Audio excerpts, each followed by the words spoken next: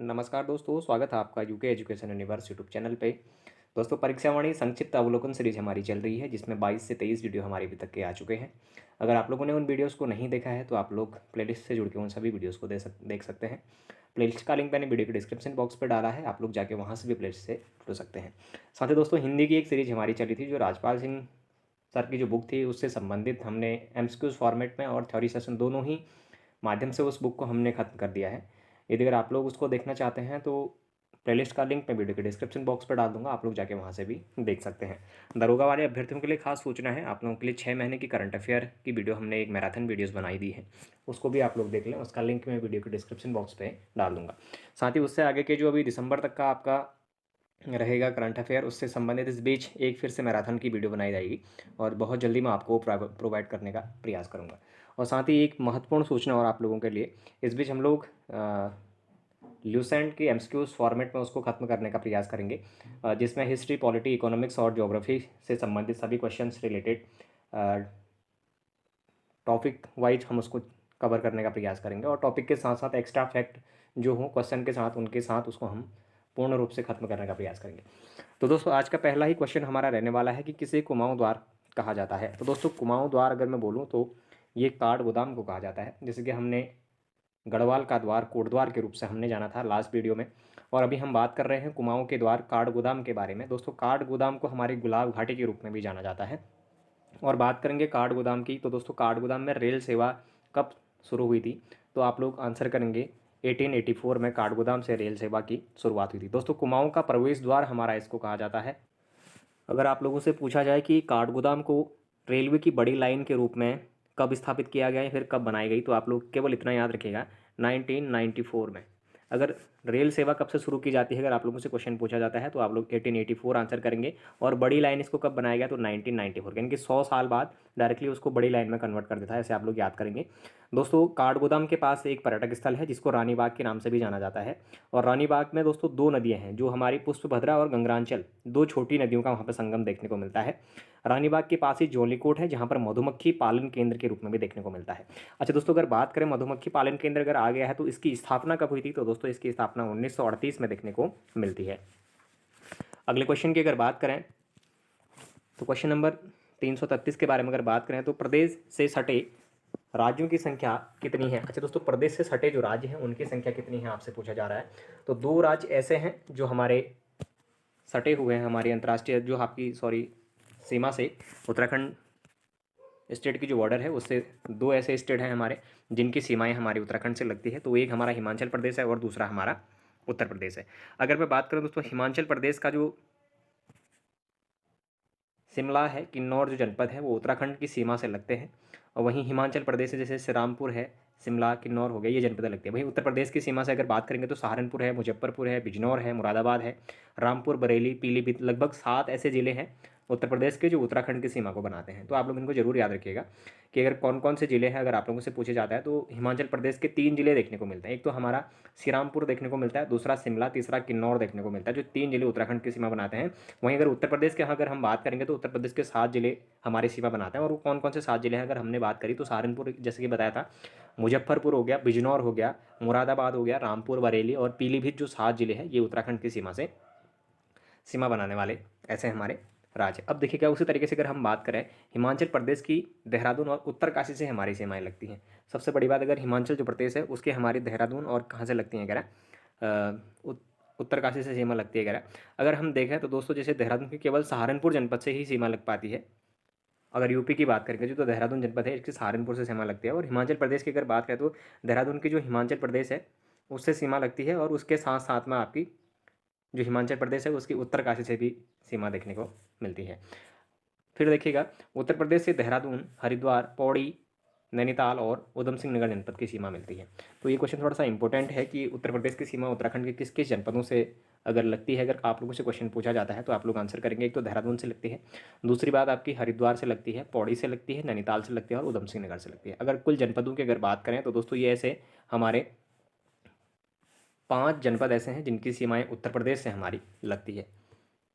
उसमें भी सर्वाधिक सीमा और सबसे कम सीमा की अगर कभी कभी पूछता है तो सर्वाधिक जो सीमा लगती है उत्तर प्रदेश से वो आपकी उधम सिंह नगर जनपद की लगती है, और सबसे कम जो सीमा लगती है तो उनमें से आपकी नैनीताल जनपद की सबसे कम सीमा देखने को मिलती है।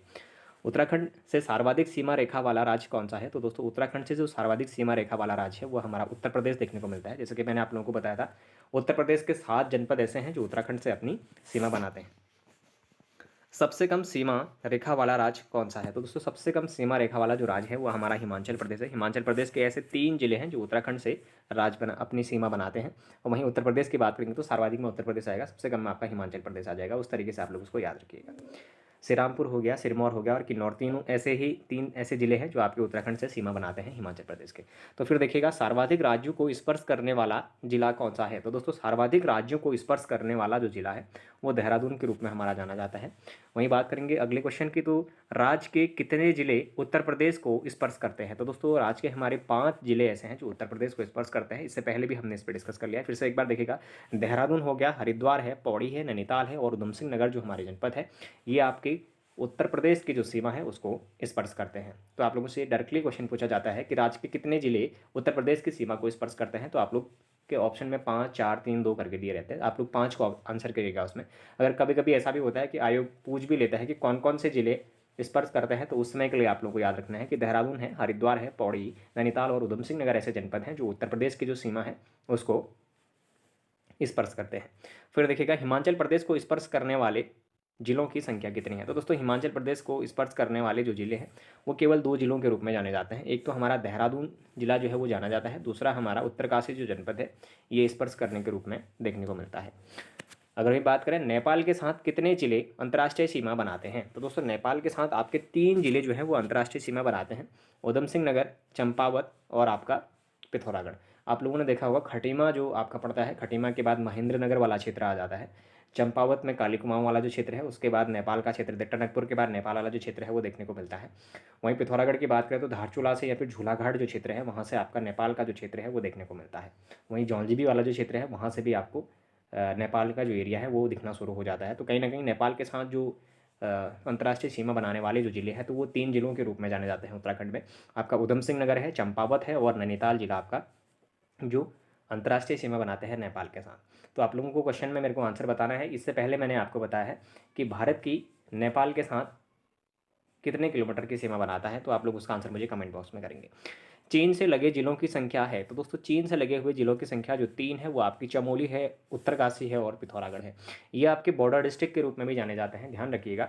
जो चमोली है, उत्तरकाशी है, पिथौरागढ़ है, इन तीनों को ही बॉर्डर डिस्ट्रिक्ट के रूप में भी जाना जाता है। अगर आप लोग भारतीय सेना में जाते हैं या फिर आप लोग इंडियन पैरामिलिट्री में जाते हैं, उन सेवाओं में आपको एक पर्वतीय प्रमाण पत्र की आवश्यकता भी पड़ती है जो केवल इन 3 जिलों के लिए को दी जाती है, जिसमें आपकी चमोली है, उत्तरकाशी है और पिथौरागढ़ है, जिनको बॉर्डर डिस्ट्रिक्ट का आपको अलाउंस वहाँ पे यूज़ आप लोगों के साथ किया जाता है, यानी कि बॉर्डर डिस्ट्रिक्ट की आप लोगों के अलग से मेरिट भी जाती है। तो चीन के साथ लगे हुए 3 ही हमारे ऐसे जिले हैं उत्तराखंड के जो आपके सीमा साझा करते हैं तिब्बत या फिर चीन से, जो कि आपकी चमोली है, उत्तरकाशी है और पिथौरागढ़ है। जैसे आप लोगों ने देखा होगा, अगर बात करेंगे हम इनके बारे में, तो अगर जैसे हम बात करें तो दोस्तों जैसे हमारा एक थांगला दर्रा था, आप लोगों ने सुना होगा थांगला दर्रा के बारे में, लगभग सभी को पता होगा। कभी कभी आयोग इसकी हाइट भी पूछ देता है, तो आप लोग हाइट को जरूर याद रखिएगा। 6079 यानी कि 6079 मीटर की ये हाइट पे थांगला दर्रा देखने को मिलता है। थांगला दर्रा दोस्तों उत्तरकाशी से तिब्बत के बीच एक संकरा मार्ग स्थल है। थांगला दर्रा की जो ऊंचाई है वो 6779 मीटर है, आप लोग इसको याद रखेंगे। अगर वहीं बात करें तो उत्तरकाशी की ओर जो तिब्बत के साथ जैसे सीमा बनाती है, तो थांगला दर्रा के साथ साथ नेलंग दर्रा है, मोलिंगला दर्रा है, सांगचोकला दर्रा है, जो उत्तरकाशी और तिब्बत के बीच में हमारे क्या बनाते हैं, सीमा बनाते हैं। तो ये जो दर्रे हैं, इन दर्रों से हमारे जो उत्तरकाशी है और उसके बाद जो चाइना का जो बॉर्डर है वो एक दूसरे को स्पर्श करता है। वहीं अगर चमोली जनपद की अगर बात करें तो दोस्तों चमोली जनपद का जैसे अगर हमने देखा तो बालचा है, चोर होती है, सलसला दर्रा है, ये तिब्बत और चमोली के बीच में हमारे दर्रे हैं। वहीं अगर बात करेंगे तो लमलंग है, जैसे तिंजुन है, भ्यूंडा दर्रा है, ये भी हमारे चमोली और तिब्बत के बीच में देखने को मिलते हैं। अब वहीं बात करेंगे दोस्तों कि पिथौरागढ़ और चमोली के बीच में कौन कौन से दर्रे हैं, तो ये मोस्टली टाइम एक बार पूछा गया क्वेश्चन है, तो आप लोगों को लगभग 2-3 नाम देता है ये। जैसे बाराहोती है हमारा, मारियो चौक है, लातूधुरा है और टूपी धुंगा है। ये पिथौरागढ़ और चमोली जनपद के बीच रहने वाले हमारे दर्रों के बारे में बताता है। अगर बात करें पिथौरागढ़ जनपद की, तो दोस्तों पिथौरागढ़ जनपद का जो हमारा जैसे लिपुलेख है, गुंजी है, दारमा है, नवीधुरा हो गया, मानशा लिम्पिया, ऊँटा जयंतिया जो दर्रे हैं ये तिब्बत और किसके बीच सीमा बनाते हैं, पिथौरागढ़ के बीच सीमा बनाते हैं। तो कहीं ना कहीं जो इन दोनों जो अंतर्राष्ट्रीय सीमा बनाने वाले हमारे देश हैं, जैसे भारत का पिथौरागढ़ जनपद है और तिब्बत जो चाइना से हमारा बॉर्डर लगता है, तो पिथौरागढ़ की भी लग रही है सीमा, उत्तरकाशी की भी सीमा लग रही है और चमोली की भी सीमा लग रही है। तो कहीं ना कहीं ये तीनों जो जनपद हैं वो आपके लिए थोड़ा सा इंपॉर्टेंट वहाँ पे देखने को मिलते हैं, तो इसको आप लोग याद रखिएगा। फिर देखिएगा अगला क्वेश्चन है, राज्य का सबसे पूर्वी जिला कौन सा है। तो दोस्तों राज्य का सबसे जो पूर्वी जिला है वो पिथौरागढ़ के रूप में हमारा जाना जाता है। दोस्तों पिथौरागढ़ जनपद की अगर मैं बात करूं तो पिथौरागढ़ जनपद 24 फरवरी 1960 को बनाया जाता है। 24 जनवरी 1960 को। 3 जिले ऐसे हैं जो 24 फरवरी 1960 को बनाए जाते हैं। एक तो हमारा पिथौरागढ़ है, दूसरा आपका चमोली है और तीसरा आपका उत्तरकाशी है। तो ये तीनों ही जो जनपद हैं इनको आप लोग याद रखिएगा। अगर मैं बात करूं दोस्तों पिथौरागढ़ जनपद की, तो पिथौरागढ़ जनपद में एक बहुत फेमस चीज़ अभी देखने को मिल रही है जो कि विर्थी जलप्रपात है, जहाँ पर ग्लास ब्रिज भी आप लोगों ने देखा होगा, काफ़ी अभी फेमस पर्यटक स्थल के रूप में वो जाना जा रहा है। तो विर्थी जो जलप्रपात है दोस्तों, इसकी जो हाइट है वो कितनी है आप लोगों से क्वेश्चन पूछा जाता है। तो 126 मीटर इसकी हाइट देखने को मिली है, लगभग 400 फीट के आसपास से देखने को मिलता है। वहीं अगर पिथौरागढ़ के अन्य जलप्रपातों की अगर बात करेगा तो दोस्तों जैसे गरुड़ प्रपात है, भेलछड़ा जलप्रपात है, किमसैन झरना है, गराऊ और रांथी जो झरना है ये भी पिथौरागढ़ जनपद में है। दोस्तों पिथौरागढ़ का रांथी झरना भी इस समय काफ़ी चर्चित में देखने को मिल रहा है, तो आप लोग रांथी झरने को भी जरूर याद रखेंगे। रांथी झरना पिथौरागढ़ के धारचूला नामक क्षेत्र पर पड़ता है, जो एक रोड के ऊपर से लेकर रोड को जो स्पर्श करने वाली जो उसकी धाराएं हैं वो देखने को मिलती हैं। तो कहीं ना कहीं ये क्वेश्चन आप लोगों को एग्जाम में देखने को मिल सकता है। दोस्तों अगर बात करें वहीं अगर पिथौरागढ़ जनपद के प्रमुख बुग्याल कौन कौन से हैं, तो दोस्तों पिथौरागढ़ जनपद वालों के लिए हरिद्वार के बराबर की मान्यता जो देखने को मिलती है वो छिपलाकोट के लिए देखने को मिलती है, यानी कि छिपला केदार जो भगवान है उसके लिए पिथौरागढ़ के जो पिथौरागढ़ क्षेत्र पिथौरागढ़ धारचूला क्षेत्र के जो लोग हैं उनके उसके बराबर आस्था वहाँ पर बताई जाती है।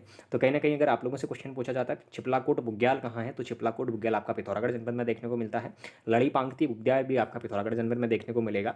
वहीं अगर बात करें रुई बुग्याल की, तो दोस्तों रुई बुग्याल भी आपका पिथौरागढ़ जनपद में देखने को मिलता है। उसके बाद दोस्तों अगर बात करेंगे हम इसके आगे की, तो कालामुनि नामक एक क्षेत्र पड़ता है जो आप लोगों ने देखा होगा मुंशियारी पहुँचने से थोड़ा पहले देखने को मिलता है। तो कालामुनि और रातापानी दोनों ही साथ साथ में ही देखने को मिलते हैं ये। तो कालामुनि और रातापानी नामक जो बुग्याल है वो भी पिथौरागढ़ जनपद में देखने को मिलता है। गैरधार और बनिक, ये दोस्तों जो गैरधार है, बनिक बुग्याल है और कालामुनि बुग्याल है और रातापानी बुग्याल है, लगभग ये आप ये मान के चलिए 5 से 10 किलोमीटर के रेंज में सारे ये बुग्याल एक साथ पड़ते हैं। वहीं रहाली या फिर खलिया बुग्याल है, तो आप लोगों ने खलिया टॉप 0 पॉइंट के नाम से भी सुना होगा। तो खलिया टॉप मुंशियारी का सबसे टॉपेस्ट एरिया देखने को मिलता है पिथौरागढ़ जनपद का। तो वहाँ पर खलिया बुग्याल या फिर रहाली बुग्याल के नाम से उसको जाना जाता है। आप लोगों के लिए इंपॉर्टेंट है, तो मैं आप लोगों को ये बता रहा हूँ। उसके बाद अगर बात करें तो दोस्तों पिथौरागढ़ में एक अस्कोट वन्यजीव अभ्यारण्य भी देखने को मिलता है जो 1986 ईस्वी का है। दोस्तों अगर बात करें 1986 ईस्वी का इस जो वन्यजीव विहार है, अस्कोट वन्यजीव विहार के नाम पर जिसको जाना जाता है, ये 600 वर्ग किलोमीटर क्षेत्रफल पर हमारा फैला हुआ है, जो जौलजीबी अस्कोट मार्ग पर हमारा देखने को मिलता है। वहीं अगर बात करें तो दोस्तों राज्य के सर्वाधिक जो कस्तूरी मृग हैं वो भी हमारे यहीं देखने को मिलते हैं। इनकी जो संख्या है वो 67 इस अभ्यारण्य में देखने को मिलती है। और दोस्तों पिथौरागढ़ के जो चौकड़ी नामक डांडा है वहाँ पर पिथौरागढ़ में कस्तूरी मृग का एक फार्म भी देखने को मिलता है। दोस्तों एक इंपॉर्टेंट यात्रा और याद आ रही है कैलाश मानसरोवर यात्रा की अगर हम बात करें तो दोस्तों ये भारतीय विदेश मंत्रालय और ITBP के सहयोग से वहाँ पर चलाई जाती है, जहाँ पर कुमाऊं मंडल विकास निगम की भी अहम भूमिका देखने को मिलती है। दोस्तों ये कैलाश मानसरोवर यात्रा है ये किस दर्रे से होकर गुजरती है, आप लोगों से इससे पहले क्वेश्चन पूछा भी गया है, तो आप लोग याद रखेंगे लिपुलेख दर्रे से होकर, लिपुलेख दर्रे से होकर जो कैलाश मानसरोवर यात्रा है वो गुजरती है। जैसा कि आप लोगों ने इससे पहले पढ़ा भी होगा, इसकी जो समयावधि होती है वो लगभग 40 दिन के आसपास इसको माना जाता है। आप लोगों के लिए एक इंपॉर्टेंट क्वेश्चन मैं यहाँ से लेकर आया हूँ कि कैलाश शिखर की जो बनावट है वो शिवलिंग की तरह देखने को मिलती है। तो आप लोगों से क्वेश्चन ये पूछा जाएगा कि कैलाश शिखर की उच्चतम शिखर कौन सी है। तो ये क्वेश्चन थोड़ा सा इंपॉर्टेंट है, आप लोग याद रखिएगा। ओल्मा पास, ओल्मा पास जो शिखर है ये कैलाश शिखर की सबसे ऊंची शिखर देखने को मिलती है। अगर आप लोगों को इसकी हाइट पूछ दी जाती है तो 5810 मीटर इसकी हाइट देखने को मिलती है। तो कहीं ना कहीं आप लोगों के लिए इंपॉर्टेंट है। दोस्तों कैलाश मानसरोवर जो आपका पड़ता है, मानसरोवर झील जो हम जहाँ पर हमारी राक्षस ताल से जुड़ी हुई है, जिससे हमारी जो सतलज नदी है उसका उल्लेख भी देखने को मिलता है। तो दोस्तों पिथौरागढ़ जनपद से अभी के लिए केवल इतना ही। जब हम लोग जनपद सीरीज चलाएंगे तो उसमें हम डिटेल वाइज चलेंगे, बहुत प्यार से हम उस पर डिस्कस करने वाले हैं। फिर देखिएगा सबसे लंबी अंतर्राष्ट्रीय सीमा वाला जनपद कौन सा है। दोस्तों जैसे कि मैंने बताया था 625 जो मीटर की जो सीमा बनती है उत्तराखंड की अंतर्राष्ट्रीय जो सीमाओं से, वहीं अगर हमने जब बात करी थी तो दोस्तों सबसे जो लंबी अंतर्राष्ट्रीय सीमा बनती है वो हमारे पिथौरागढ़ जनपद की देखने को मिलती है। फिर देखिएगा यूपी से सर्वाधिक व सबसे कम सीमा रखने वाले जनपद हैं। तो दोस्तों यूपी से सबसे ज़्यादा व सबसे कम सीमा रखने वाले जो जनपद हैं, तो अगर मैं बात करूँ तो उधम सिंह नगर दोस्तों सबसे ज़्यादा यूपी की बॉर्डर को टच करता है। उसके बाद जो आपका नैनीताल है वो सबसे कम टच करता है। अब आप लोग नैनीताल को सोच रहे होंगे कि उधम सिंह नगर के पास में है तो ये सीमा बनाता होगा, लेकिन केवल एक ही राज्य से ये बनाता है, उत्तराखंड के उत्तर प्रदेश के एक ही ज़िले से बनाता है। बाकी उधम सिंह नगर जो है जैसे पीलीभीत है, बिजनौर है, ये वाले जो क्षेत्र है यहाँ से अधिकतर देखने को मिलते हैं कि जो उधम सिंह नगर की सीमा बनाते हैं। अगला क्वेश्चन देखिएगा, ये 2 बार आ गया है। राज्य में सर्वाधिक जिलों को स्पर्श करने वाला जिला है। तो दोस्तों राज्य के सर्वाधिक जो जिले हैं उनको स्पर्श करने वाला जिला हमारा पौड़ी गढ़वाल के रूप में जाना जाता है। आप लोगों से क्वेश्चन पूछा जाता है कि गढ़वाल मंडल के किस जिले को पौड़ी की सीमा स्पर्श नहीं करती है, तो ये आप लोग ध्यान रखिएगा। ये क्वेश्चन क्योंकि अपवाद के रूप में जाना जाता है, तो उत्तरकाशी एक ऐसा जनपद है जिसकी सीमा पौड़ी गढ़वाल को स्पर्श नहीं करती है। बाकी के जो 6 जनपद हैं ये आपकी पौड़ी गढ़वाल को स्पर्श करती हैं। अच्छा दोस्तों, क्वेश्चन ये नहीं है, क्वेश्चन ये है कि पौड़ी गढ़वाल के 6 लेकिन 7 जिलों की बात कर रही है, तो कुमाऊं मंडल का वह कौन सा जिला है जो पौड़ी गढ़वाल को टच करता है? इसका आंसर आप लोग मुझे कमेंट बॉक्स में देंगे।